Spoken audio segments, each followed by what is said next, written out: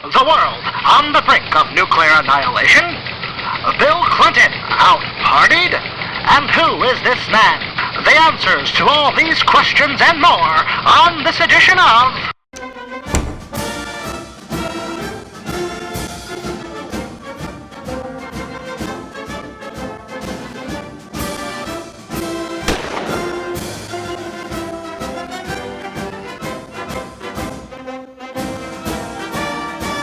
Laughing Historically.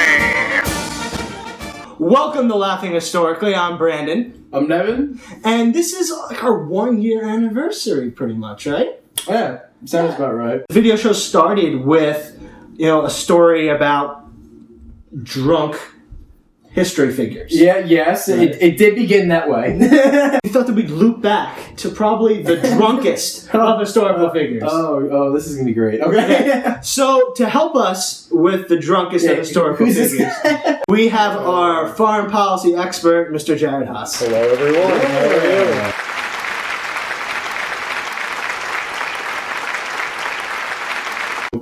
you? Yeah, Boris Yeltsin, certainly one of history's more colorful characters. Okay. The late Boris Yeltsin, sadly, Yes. has been dead now for about 6 years, I think. So he's Russia's first president. He is the first. After the Gorbachev. Yes, yeah. Gorbachev was the leader of the Soviet Union. He saw it transition to democracy. Yeltsin was elected. The first big story that ever happened is he went to go visit Ireland, and he was basically waiting for the Prime Minister of Ireland was waiting for him at the airport.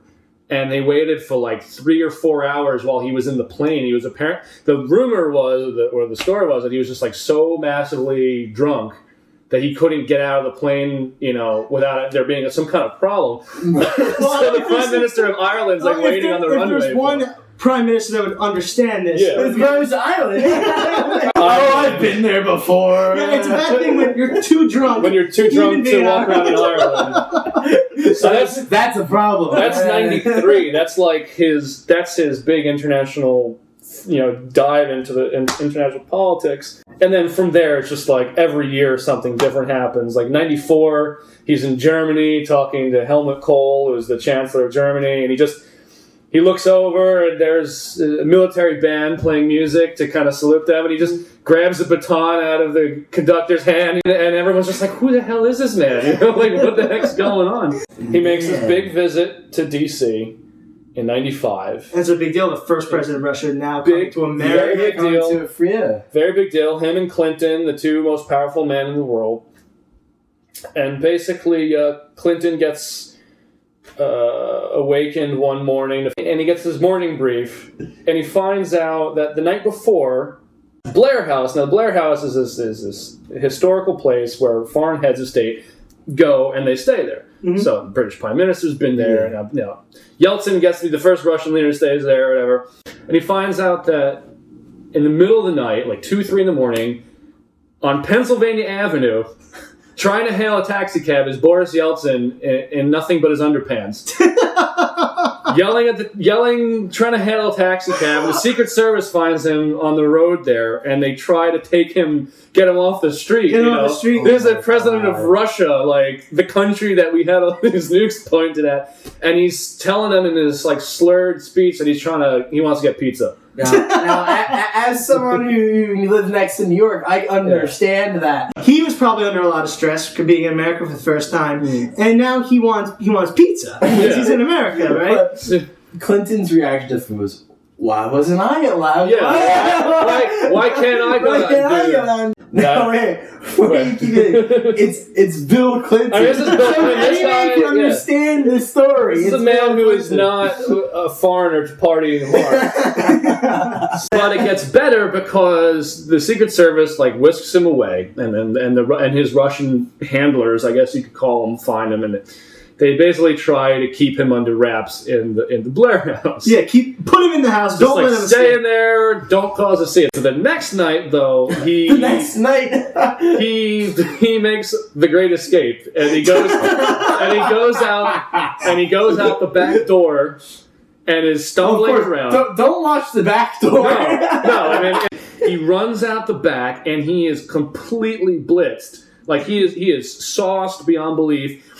And he somehow evades the Secret Service and the Russians and the security guard at the Blair House. Poor man sitting there, you can see him with his cup of coffee and his bristly mustache. And what the hell is that? Boris Yeltsin's running around.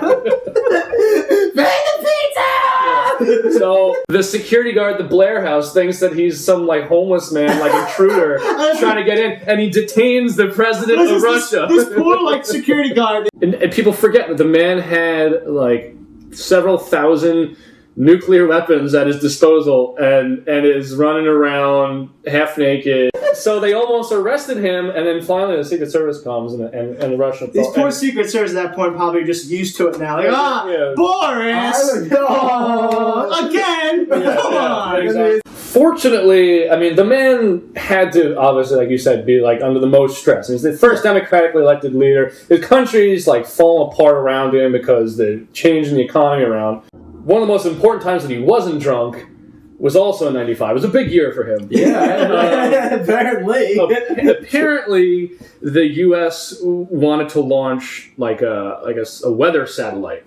And for whatever reason, they were doing it from Norway, I guess because the weather conditions were best there, or whatever they wanted to study was around that area. And they told the Russians in advance, like 5 months in advance, hey, we're going to launch this missile. Like, don't freak out. They told them flat out. Like they sent like a diplomatic message, several diplomatic cables. Maybe Yeltsin was throwing a kegger or something like the whole month. But what happened was nobody in the Kremlin. That's like the Russian, It's in Ghost Protocol. Yeah. Exactly. We play GoldenEye. We have some idea the Kremlin of how Russia works. The Kremlin is very important. So no one in the Kremlin seemed to get this message. So there's Yeltsin sitting at his desk, for whatever reason, not drunk this particular night. Okay. And the Russian military comes running in, and they say, the U.S. is launching a nuclear strike against us, and you basically have 5 minutes to decide. First time ever they open up the Russian nuclear football, activate it, and they basically give him the button to push. My lord. Yeah. I mean, the scary thing is that like both Russian and U.S. nuclear doctrine follows this thing called launch on warning, which means you get the warning that these things are coming in. You don't even wait till they hit the ground or blow up over your cities. You get a warning, you launch. Yeah. And for whatever reason, maybe he was hungover and because he didn't launch on warning. Wow. This one time. So the one time he didn't follow protocol at all. And he wasn't drunk. So, I mean, we were like this close to an accidental full-out nuclear strike. I gotta thank Bill Clinton. I mean, like, if you were president and some crazy Russian guy is getting naked, hailing cabs, and getting drunk in your country, you'd be like, get out, right? Yeah. Bill Clinton's like, stay for a little bit. It's no big deal. Because one president understood this kind of reaction. See, he was good at diplomatic relations. But he's probably the sanest person for not pushing that button, though. Yeah. I mean, we literally have him and, like, only him to thank for the non-occurring, like, massive nuclear... Look back in history, the 2 times that we were closest to nuclear war. Yeah. And Kennedy. You have Kennedy, who's a womanizer and a drunk. Yeah. And then you have Yeltsin, who's also possibly a womanizer and definitely drunk. So I think we should have more womanizer drunks in power. I think we should. That's one thing to deduce. I mean, I guess you purposely elect someone who's got so many problems that you just like can't even criticize them anymore. So Republican candidate 2012, Charlie Sheen. Yeah, why not? That would work. Tiger Blood. Tiger Woods. Maybe him too. There you go. The Tiger ticket. There you go.